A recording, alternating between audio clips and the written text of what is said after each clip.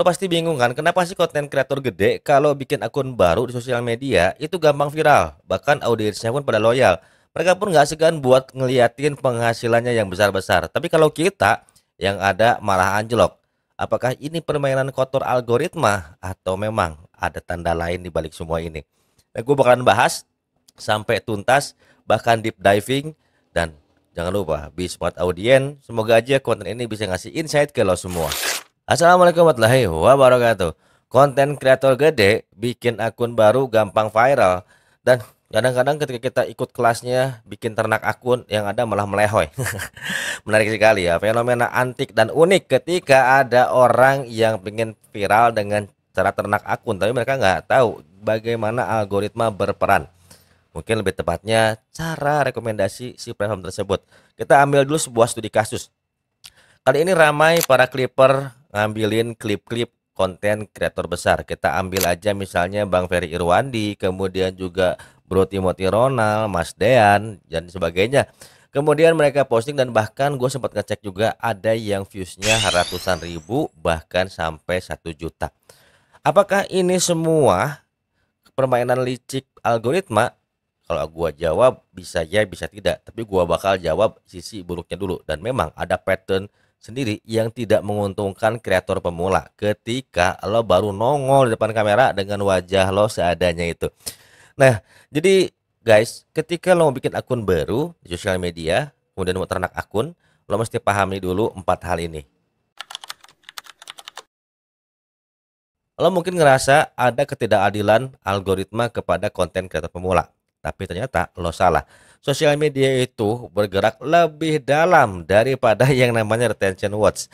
Jadi ada yang namanya digital fingerprint. Nah, yang namanya digital fingerprint itu udah pasti yang namanya teknologi akan berhubungan dengan cara kerja dari yang pertama ini.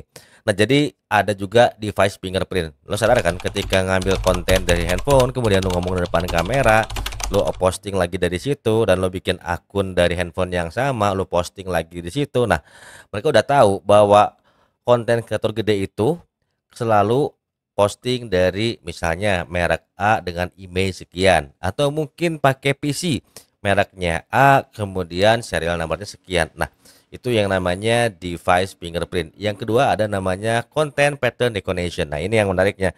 Jadi setelah adanya device fingerprinting, ngebaca semuanya, AI ini bekerja mengenali. Dari apa aja sih mengenalinya? Suara, wajah, style editing, gitu.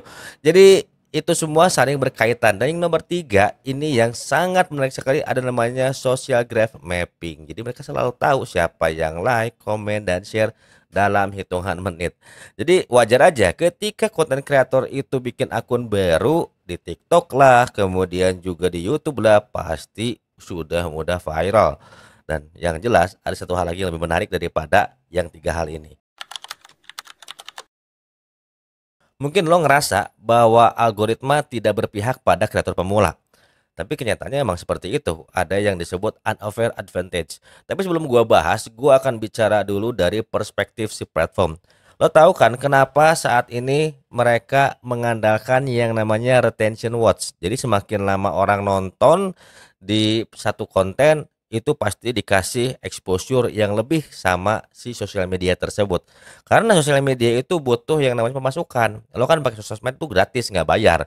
Jadi mereka butuh yang namanya pemasukan dari iklan lah, kemudian dari kolaborasi lah, yang makanya mereka mengutamakan yang namanya retention watch. Tapi selain itu, ada juga yang namanya algorithmic trust. Jadi, yang jelas platform tuh udah tahu kalau konten kreator yang mahir, yang udah lama, yang gede itu benar-benar punya retention yang cukup tinggi. Dan makanya mereka lebih mudah dikasih traffic ketimbang kita yang baru-baru. Jadi, mereka akan menilai dari yang namanya tadi content recognition. Nah, yang berikutnya adalah cross platform leverage. Jadi mereka mengumumkan tuh kepada channel-channel lain bahwa ini tuh orang udah gede di tempat gua.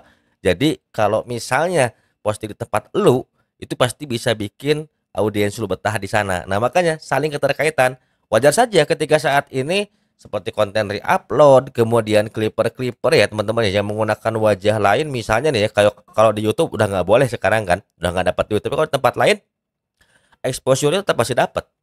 Makanya jangan heran kalau ada orang udah gede, bikin akun baru, terus gampang viral, yaitu dia algorithmic trust, kemudian cross platform preference, dan yang terakhir adalah resource power. Jadi mereka udah punya orang-orang di balik layar yang editing, kemudian juga bikin konten jadi estetik. Dan apa sih yang harus kita lakuin ketika sudah tahu hal ini? Nah, ada 5 strategi yang bisa lo terapin dan kita langsung aja bahas di sini. Yang paling pertama, ketika lo mau hack sistem mereka, itu perlu bikin digital signature. Nah, digital signature ini akan berhubungan dengan konsistensi posting. Jadi konsistensi posting itu lo mesti bikin planning tuh. Jangan sampai hari ini posting, baru posting lagi bulan depan. Itu jadi masalah besar ya guys. Nah, yang keduanya mulai dari sekarang bikin editing style yang jadi karakter lo. Kan sekarang lo bisa lihat ya, kalau Mister Beast bisanya per 3 detik ganti, per 5 detik ganti. Nah, itu keunikan dari Mister Beast. Nah, karena algoritma itu suka dengan konten-konten yang mudah diprediksi, karena mereka ngebaca pakai AI-nya. Ketika lo posting sosial media, kemudian oh ini editing stylenya lo gitu, misalnya ini editing stylenya Kang Adi ngawur liur gitu ya. Nah, algoritma langsung nyebarin ke banyak audiens seperti itu ya guys. Itu yang pertama. Jadi bikin keunikan di konten lo punya. Yang keduanya, lo mesti siapin tetap value dong. Jadi intinya ketika lo mau ngonten, nilai apa yang mau lo kasih ke audiens supaya mereka tuh betah. Dan itu ada part-partnya ya guys. Jadi mulai dari hook, kemudian juga konfliknya, lalu poin-poin penting yang akan lo sampaikan, kemudian resolusinya seperti apa. Karena ini penting banget. Audiens itu bukan sekedar hanya nonton konten lo doang, tapi mereka pengen dapetin insight. Yang berikutnya adalah konten pattern mimicking. Jadi coba lo lihat deh, gimana ekspresi si kreator yang lagi bikin konten. Contoh nih, kalau misalnya lo topiknya nih sesuai sama dengan si sales gitu ya. Jadi salesnya kan orangnya ngomongnya tuh kayak nggak mau diem gitu ya guys ya, terus wajahnya tengil gitu. Lo perhatiin. Tapi jangan ditiru plek ketiplak. Lo coba bikin twist sesuai dengan personal lo, bikin lebih unik lagi dan kemudian lo bikin yang namanya uji coba. Karena ya namanya bangun persona sosial media itu nggak gampang. Tapi yang jelas riset dari kreator-kreator besar yang topik dengan konten lu.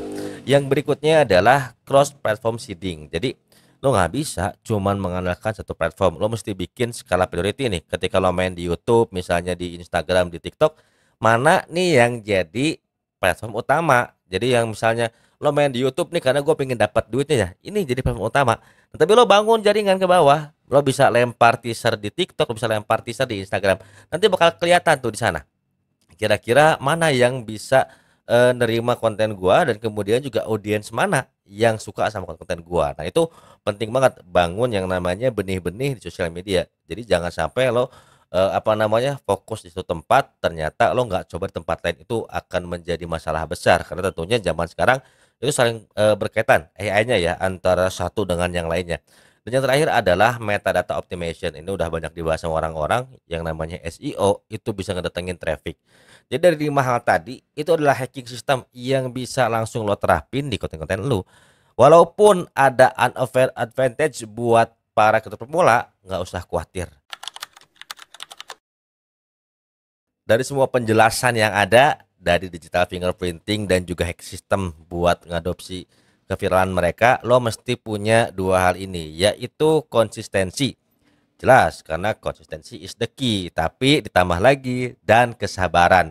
Karena jalan ini cukup panjang, guys. Kalau lo nggak sabar, pengen kebelat viral, itu hanya bikin ngancurin lo semua. Jadi konsisten buat tetap belajar, konsisten buat tetap riset, dan bersabarlah ketika lo belum dapetin traffic. Dan yang jelas, lo harus analisa. Karena inilah dua kunci keberhasilan ketika lo mau konten sosial media. Semoga konten ini jadi insight buat lo semua dan lo nggak kebayang lagi, nggak bingung lagi, nggak bingung lagi kenapa mereka gampang viral ya. Dan yang jelas guys, ketika gue ngeliat di TikTok ada keresahan ilmu ternak akun, menurut gua lo pelajari dulu yang namanya bagaimana sistem itu bekerja, kemudian juga lo coba siapin dulu value-value apa yang bakal lo kasih ke audiens. Jangan keburu nafsu pingin dapetin duit gede, oke? Be smart audiens, pastikan lo punya filter dari setiap apa yang lo konsumsi. Ingat guys, tidak ada jalan cepat kaya. Dipastikan tidak ada jalan cepat kaya kecuali bokap lo kaya raya, kecuali lo dapat warisan miliaran dari orang terdekat lo, oke? Sampai sini gue tegesin, gue nggak mau teman-teman semua terjerumus dengan konten-konten flexingan yang pada akhirnya menyesal di kemudian hari. Oke, be smart audience, jangan lupa like, subscribe, juga nyalakan loncengnya. See you in the next video. Wassalamualaikum warahmatullahi wabarakatuh.